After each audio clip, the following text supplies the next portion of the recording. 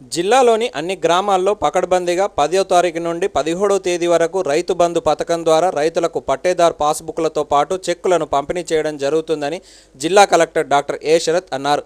బుధవారం జిల్లా కేంద్రంలోని సబ్ కలెక్టర్ కార్యాలయంలో నిర్వహించిన విలేకరుల సమావేశంలో కలెక్టర్ శరత్ మాట్లాడుతూ 10వ తేదీన ముఖ్యమంత్రి కేసీఆర్ రైతు బంధు పథకాన్ని ప్రారంభించిన అనంతరం జిల్లాలోని అన్ని మండలాల్లో రైతు బంధు పథకాన్ని ప్రారంభించడం జరుగుతుందని అన్నారు. గ్రామాల వారీగా చెక్కుల పంపిణీ మరియు పట్టేదారు పాస్ పుస్తకాల పంపిణీ షెడ్యూల్ విడుదల చేయడం జరిగిందని 11వ తేదీ నుండి 17వ తేదీ వరకు ప్రతి గ్రామాల్లో ఉదయం 7 గంటల నుండి 11 గంటల వరకు, సాయంత్రం 5:30 గంటల నుండి 7:30 గంటల వరకు పంపిణీ చేయడం జరుగుతుందని పేర్కొన్నారు.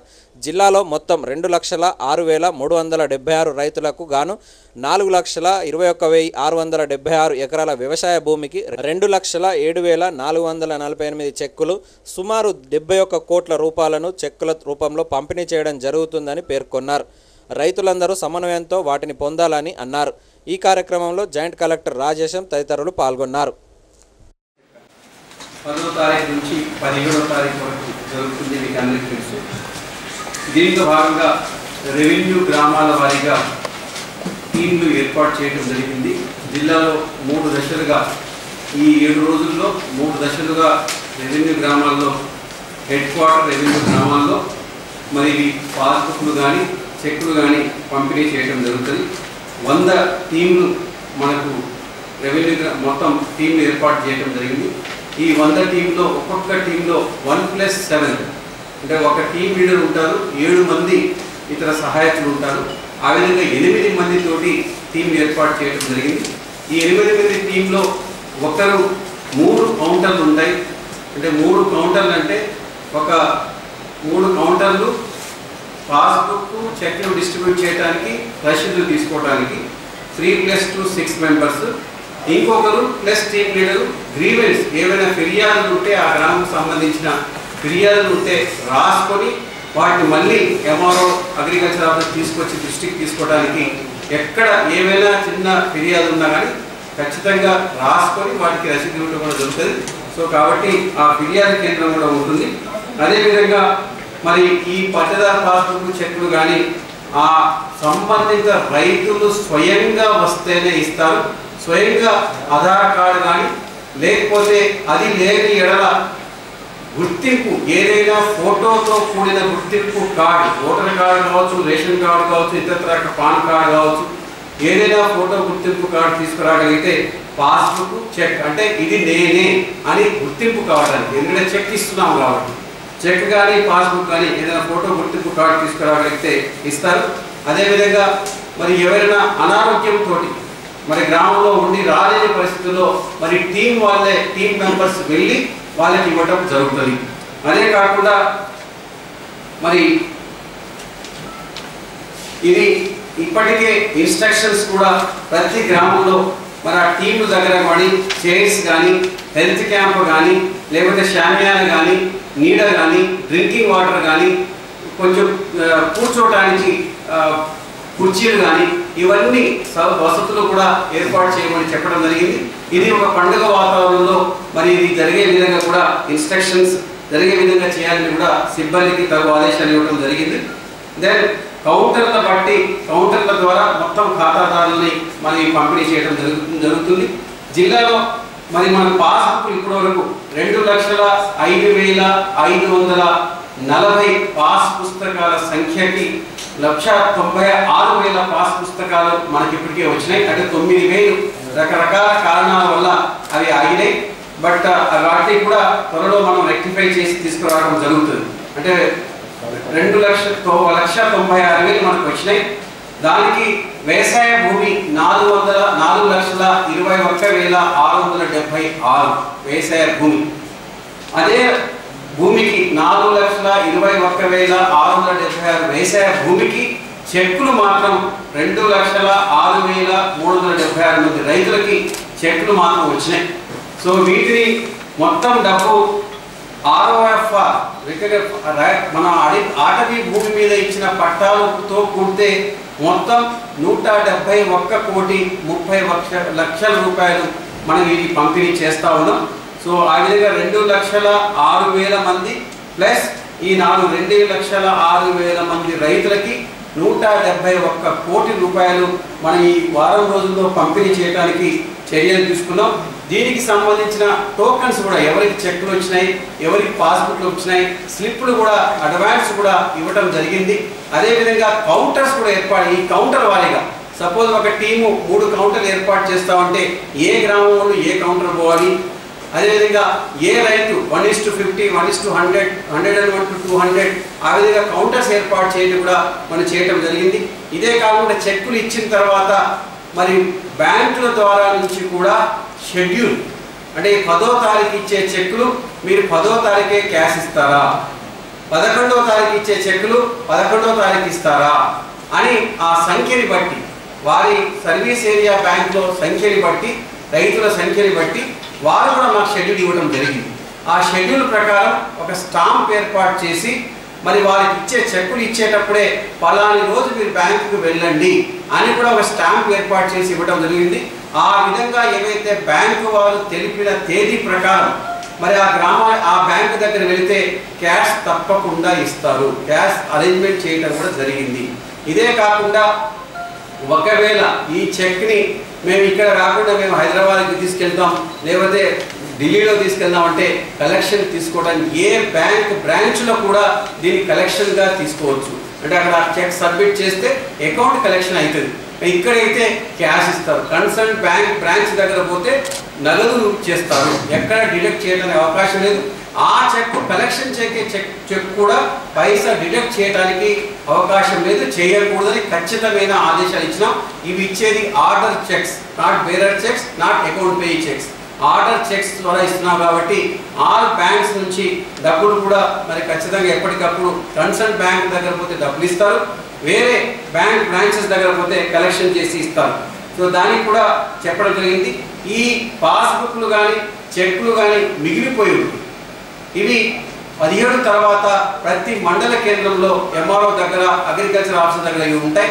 సో వారు ఈరోజు అయిపోయింది కాబట్టి ఆందోళన చెందే అవసరం లేదు. సో వారు మండల కేంద్రానికి వచ్చేసి మరి అక్కడ నెల రోజులు ఉంటాయి. మరి అక్కడ మీరు పోయి మండల ఎంఆర్ఓ నుంచి కానీ అగ్రికల్చర్ ఆఫీసర్ దగ్గర నుంచి కానీ ఈ చెక్కులు తీసుకోవడానికి అవకాశం ఉంటుంది. ఏదైతే ప్రొసీజర్ ఉందో వారి గుర్తింపు కార్డు తీసుకెళ్ళగలిగితే అక్కడ ఇస్తారు. అదేవిధంగా కొన్ని పాస్బుక్లు వచ్చినాయి, చెక్కులు రాలేదు. కొన్ని చెక్కులు వచ్చినాయి, పాస్బుక్లు రాలేదు. సో ఏదైతే జెన్యున్గా ఉన్నాయో, అంటే కరెక్ట్గా రైతుకి ఈయన కరెక్టే అని పాస్బుక్ వచ్చింటే పాస్బుక్ ఇస్తారు. ఒకవేళ చెక్ కరెక్ట్గా ఉండి పాస్బుక్ రాలేకపోతే చెక్ ఇచ్చేస్తారు. ఆ పాస్బుక్ని తెప్పిస్తాం, దానికి ఆందోళన చెందే అవసరం లేదు. ఆ చెక్ను కూడా తెప్పిస్తాం, ఆందోళన చెందే అవసరం లేదు. ఇంకేమైనా వివాదాలు ఉండి మనం ఒక చెక్కులు కొన్ని మిస్ మ్యాచ్ అయి ఉంటాయి. ఒక గుంట బదులు 1 ఎకరం పడింది, 11 గుంటల బదులు 1 ఎకరం 10 గుంటలు పడింది. సో ఆ విధంగా చెక్ మిస్ మ్యాచ్ కానీ పాస్బుక్లు మిస్ మ్యాచ్ కానీ ఏమైనా ఉంటే మేమే అడ్వాన్స్గా ముందస్తుగా గుర్తింపు చేయడం జరిగింది. ఈ గుర్తింపు చేసిన చెక్లు మా దగ్గర పెట్టుకొని వీటికి మళ్ళీ మరి సరి చేయించి ఇవ్వటం జరుగుతుంది. అంతేగాని అప్పటికప్పుడు తక్కువ అమౌంట్ ఇవ్వటమో ఎక్కువ అమౌంట్ ఇవ్వటమో జరగదు. సో కాబట్టి అవి సరి చేయటం, పాస్బుక్లు కానీ చెక్కులు కానీ ఏమైనా తప్పిదాలు ఉంటే, మానవ తప్పిదాలు ఉంటాయి ఖచ్చితంగా, ప్రింటింగ్ కానీ లేకపోతే చేసిన మానవ కొంచెం 1-2 తప్పిదాలు ఉంటే వాటిని కూడా సరి చేసి మళ్ళీ తెప్పించి ఇవ్వటం జరుగుతుంది. దానికి ఆందోళన చెంది మాకు ఇప్పుడు రాలేదు, రేపు పరిస్థితి ఏంది అనేది అవసరం లేదు. ఆల్రెడీ సమాచారాన్ని బట్టి మేము ఆల్రెడీ కొంత ముందస్తుగానే గుర్తించినాం. ఆ సమాచారాన్ని ఇప్పటికే మరి స్టేట్ డిపార్ట్మెంట్కి షేర్ చేయడం జరిగింది. ఇంకా వచ్చే ఏమైనా వివాదాలు చిన్న ఏమైనా ఇంకా మనం పంపిణీ చేసేటప్పుడు మనకు కనుక్కోవటం జరిగితే వాటిని కూడా మరి రెక్టిఫై చేసి సరి చేసి ఇవ్వటం జరుగుతుంది. సో దాంట్లో ఆందోళన చెందే అవసరం లేదు. ఈ మధ్య సపోజ్ మనం అయిన తర్వాత కోర్టులో కేసు ఉన్నంత మాత్రాన చెక్కులు మనం ఆపడానికి లేదు, పాస్బుక్ ఆపడానికి లేదు. సపోజ్ ఈ మధ్య 2 రోజుల నుంచి 3 నెలల నుంచి కోర్టు నుంచి తగు ఆదేశాలు వచ్చినాయి. ఒక జడ్జిమెంట్ ఒకరి ఫేవర్లో వచ్చింది, కానీ అప్పుడు జడ్జిమెంట్ లేదు. ఇప్పుడు ఒక స్టే ఆర్డర్ వచ్చింది, అలాంటి చెక్కులు ఆపడం జరుగుతుంది. ఎందుకంటే మనం ఒకరికి ఏ మీద ఇచ్చినాం కానీ బి మీద ఆర్డర్ వచ్చింది. అలాంటి సివిల్ కోర్ట్ కేసెస్ కానీ ఒకవేళ ఈ మధ్యలో సివిల్ కోర్ట్ ఆర్డర్స్ ఏమైనా స్పెసిఫిక్గా వచ్చి ఉంటే ఆ చెక్కులు ఎవరికైతే ఆర్డర్స్ వచ్చినాయో లేదా పాత వాళ్ళకి ఇది ఆపడం జరుగుతుంది. అలాంటి కొన్ని కేసులు లేకపోతే అదేవిధంగా ప్రభుత్వ భూములపైన పొరపాటున ఎక్కడైనా చెక్కులు రావటం కానీ పాస్బుక్లు రావటం కానీ జరిగితే అది వెరిఫై 1కి 2 సార్లు 3 సార్లు వెరిఫై చేసి సర్వే నంబర్లు గవర్నమెంట్ ల్యాండ్ సర్వే నంబర్లు ఉంటే మాత్రం ఖచ్చితంగా వాటిని వెరిఫై చేసి ఆపమని చెప్పడం జరిగింది. సో అదేవిధంగా గ్రామంలో వివాదాలు సపోజ్ కాదు సార్ అయినా మామూలుగా రాంగ్గా వచ్చింది అని అనుకుంటే వాటిని 1వ సారి 2వ సారి ఎంఆర్ఓ గారు ఎస్టాబ్లిష్ చేసిన తర్వాత అవి ఇవ్వటం జరుగుతుంది. సపోజ్ ఇద్దరే అక్కడ కొట్టుకుంటారు, లేదు ఇది తప్పుగా వచ్చింది సార్ ఇది నా భూమి అని అన్నాను అనుకోండి, 1, 2 ఏమైనా ఉంటే ఆ వివాదాలకు సంబంధించింది కూడా వెరిఫై చేసుకుని ఇవ్వటం జరుగుతుంది. సో ఆ విధంగా ఎక్కడ కానీ మన జిల్లాలో సమగ్రంగా ఆదేశాలు ఇవ్వటం జరిగింది. అండ్ టీమ్స్కి ఓరియంటేషన్ ఇవ్వటం జరిగింది. టీమ్స్కి శిక్షణ ఒక 4 సార్లు ఇవ్వటం జరిగింది.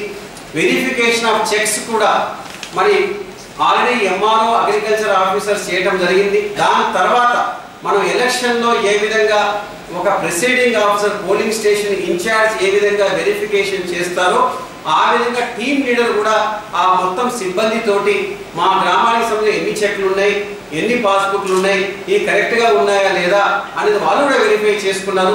అండ్ అదేవిధంగా బాక్స్ ప్రతి ఒక్క విలేజ్కి బాక్స్ తీసుకొని వెళ్తారు. ఒక బాక్స్లో అన్ని పెట్టుకొని చెక్కులు పాస్బుక్ తీసుకొని వెళ్ళి అక్కడ ఇవ్వటం జరుగుతుంది.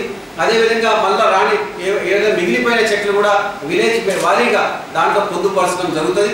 మరి ఈ విధంగా మరి అదేవిధంగా హెల్త్ క్యాంప్ని కూడా ఏర్పాటు చేయడం జరిగింది. ఈ ఎండాకాలంలో కాబట్టి హెల్త్ క్యాంప్ని ఏర్పాటు చేయడం జరిగింది. అండ్ బందోబస్తు కూడా అక్కడక్కడ మనము పోలీస్ శాఖ ద్వారా బందోబస్తు కూడా ఏర్పాటు చేయడం జరిగింది. బట్ నెక్స్ట్ ఈ డ్రింకింగ్ వాటర్ అరేంజ్మెంట్స్ కానీ అదేవిధంగా టైమింగ్ 7 గంటల నుంచి 11 గంటల వరకు ఉదయం 7 గంటలకి ఖచ్చితంగా చెక్ పంపిణీ కార్యక్రమం పాస్బుక్ పంపిణీ కార్యక్రమం జరుగుతుంది. సాయంత్రం 5 గంటల నుంచి 7 గంటలు జరుగుతుంది. అంటే మ్యాక్సిమం మరి ఎండాకాలం కాబట్టి ఉదయం పూట మరి ఖచ్చితంగా చేయాలని ఆదేశాలు ఇచ్చినాం. కానీ రేపు 10వ తారీఖు మాత్రం సీఎం గారు చేసిన తర్వాత 11 గంటల 15 నిమిషాలకి తర్వాతనే మనకు ఇక్కడ పంపిణీ కార్యక్రమం జరగడానికి అవకాశం ఉంది. 11 గంటలకి సీఎం గారు చేస్తారు. 11 గంటల 15 నిమిషాలకి మన జిల్లాలో మరి ప్రారంభం కావడానికి అవకాశం ఉంది. మరి 11వ తారీఖు నుంచి 10వ తారీఖు ఒక్కటే అది ఎక్సెప్షన్. 11వ తారీఖు నుంచి ఖచ్చితంగా టైమింగ్ 7 గంటలకి ప్రారంభం కావాల్సిందే.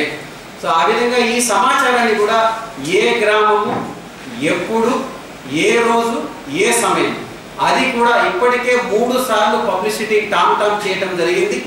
అండ్ టీమ్ లీడర్స్ కూడా వెళ్ళి అక్కడ ప్రచారం చేయడం జరిగింది. పలానా రోజు మేము వస్తున్నాం, పలాని స్కూల్కి వస్తున్నాం, పలాని గ్రామ పంచాయతీ బిల్డింగ్ వస్తున్నాం, పలాని రూమ్కి వస్తున్నాం అని చెప్పి గ్రామ సభలు కూడా ఏర్పాటు చేయడం జరిగింది. సో వారికి ముందస్తు సమాచారం కూడా చెప్పడం జరిగింది. ప్రతి ఒక్క రైతు స్వయంగా రావాలని కూడా సమాచారం కూడా వాళ్ళకి చెప్పడం జరిగింది. అదేవిధంగా మరి రైతు సమన్వయ సమితిస్ కానీ రైతులు కానీ జిల్లా స్థాయిలో మరి ఓరియంటేషన్ ఇవ్వడం జరిగింది. మరి సాక్షాత్తు కేటీఆర్ గారు వీళ్ళందరూ ప్రజాపతులు 24వ తారీఖున చేపట్టడం జరిగింది. దాని తర్వాత నియోజకవర్గ స్థాయిలో ఓరియంటేషన్ ఇవ్వడం జరిగింది. దాని తర్వాత మండల స్థాయిలో ఓరియంటేషన్ ఇవ్వడం జరిగింది. ఆ విధంగా ఇటు ఓరియంటేషన్స్ రైతులకి అండ్ రైతు సమన్వయ సమితి సభ్యులకు కానీ రైతులకు కానీ వారందరికీ ఇవ్వడం జరిగింది. అదేవిధంగా ప్రజాప్రతినిధులకు ఇవ్వడం జరిగింది. ఇటు అఫీషియల్స్ కూడా అధికారులు కూడా డిస్ట్రిక్ట్ లెవెల్లో ఇవ్వడం జరిగింది. అదేవిధంగా కాన్స్టిట్యూన్సీ లెవెల్లో మండల్ లెవెల్లో టీమ్ లీడర్ స్పెసిఫిక్ కూడా ఓరియంటేషన్ ఇవ్వడం జరిగింది. దీన్ని ఏ విధంగా మనం చేయాలి, ఆదేశాలు ఎలా ఉన్నాయని. ఇది కాకుండా ఫిర్యాదుల విభాగం మరి ఇక్కడ రెవెన్యూ వాళ్ళు తహసీల్దార్కి అక్కడ ప్రతి టీమ్ లీడర్ నుంచి ఏమైనా ఫిర్యాదులు వచ్చినాయో అది రాసుకుంటారు. దాంతో జిల్లా లెవెల్లో కూడా ఒక సెల్ ఏర్పాటు చేయడం జరిగింది. సో జిల్లా లెవెల్ సెల్ నెంబర్ కూడా 180042542447 అది మీకు ఆల్రెడీ చెప్పడం జరిగింది. వాళ్ళు కూడా డైరెక్ట్ కూడా మనకు ఫిర్యాదు ఇవ్వడానికి అవకాశంగా టోల్ ఫ్రీ నెంబర్ తోటి ఒక రైతు బంధు సెల్ కూడా ఏర్పాటు చేయడం జరిగింది. సో ఇది అన్ని సకల ఏర్పాట్లు ఒక ఎలక్షన్లో ఏ విధంగా ఏర్పాట్లు చేస్తామో ఆ విధంగా మరి మనకు రైతు బంధు కార్యక్రమాన్ని అంత పటిష్టంగా తీసుకొని మరి అన్ని ఆదేశాలు ఇవ్వడం జరిగింది. ఆ విధంగా విజయవంతం చేయడానికి ఒక పండుగ వాతావరణంలో మరి ప్రతి గ్రామంలో ఈ పండుగ వాతావరణంలో ఈ రైతు బంధు కార్యక్రమం జరిగే విధంగా మరి కృషి చేశాం. మరి ఇప్పటికే మీకు తెలుసు LREPలో భూమి రికార్డు శుద్ధీకరణ కార్యక్రమం కూడా 10 నుంచి 12 రౌండ్లు ఆల్మోస్ట్ వాళ్ళతో వెరిఫై చేయడం జరిగింది. బట్ మానవ తప్పిదాలు 1, 2, 3 ఏమైనా ఉంటే అవి కొన్ని ఉంటాయి. వాటిని రైతులు ఆందోళన చెందే అవసరం లేదు. దానికి బాధ్యత మనం తీసుకుంటాం. నిజంగా ఏమైనా పొరపాటున 1, 2 పొరపాటు ఏమైనా ఉంటే వాటిని ఖచ్చితంగా మరి మీరు రాపియండి. అక్కడ రాసిన తర్వాత మళ్ళీ సరి చేసి ఇచ్చే బాధ్యత మాకు. కాబట్టి దాన్ని ఏదో 10 మందికి వచ్చినాయి మాకు ఇప్పుడే వస్తే బాగుండేది అని దయచేసి ఆందోళన చెందే అవసరం లేదని మీ ద్వారా మీకు తెలియజేస్తున్నాను.